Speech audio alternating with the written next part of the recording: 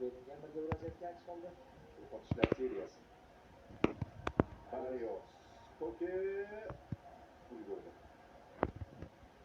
Mog'lab. Atletico tez o'ynayapti. Bu yoqimli. 7 daqiqa qo'shib berilyapti. To'qnashuvlar bo'ldi. Zo'r pas. Birinchi kim? Kurto'da qo'llar bor va ularni ishlatish imkoni bor. Carvajal jarohat olmadi, hozircha yugurib yuribdi. Arda Valverde Pape o'xshayapti. Yurish turishidan mana bu o'ng qanot futbolchisi Jude bo'ldi. U yarim himoyaga tushdi. To'liqligicha Vinicius. Carreras esa cho'qonga ko'tarilyapti. Tchouaméni pastga tushdi. Chunki